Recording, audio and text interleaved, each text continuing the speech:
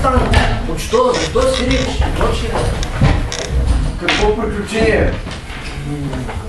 Никакво приключение и отключение. Аз как съм човек на света, имам, викам 70-80 години. Това куче казва се приграда с моят честен дом. Иванчо, как приемам това? И прочее, сега бай, Иване, да си дойдем на Минска. Историята е такава. Обесил ми коста на вратата, харвак с много мръсен. Та той и да се подиграва с моята чест, с портата ми. Тогава ти потопи котката и прочее?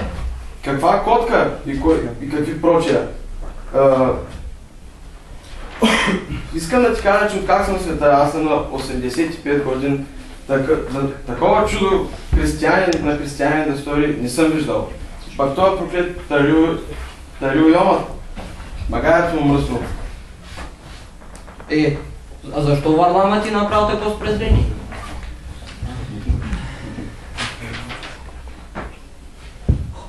Тогава ти потопи котката и прочее?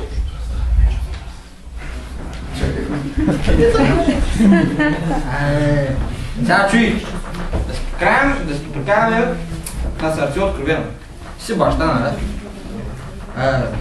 Тогава ти потопи котката в пцилката от разделение душевно. А в котката, когато Варлам легнал с буката и прочее, нещата направила всеобщо злоупотребление.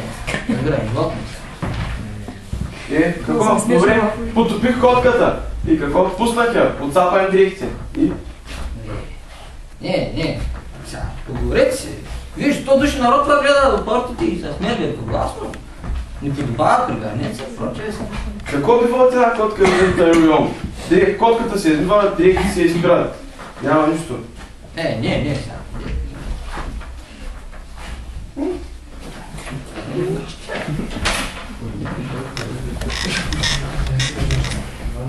Тарил Йома ли? Той струва едно добро не струва.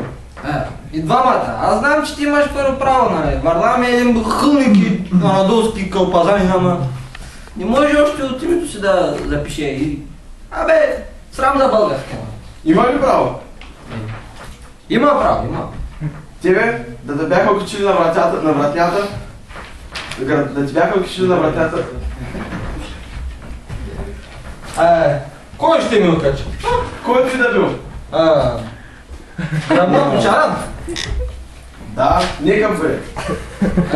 Кой сме? Например, Тарил Йома.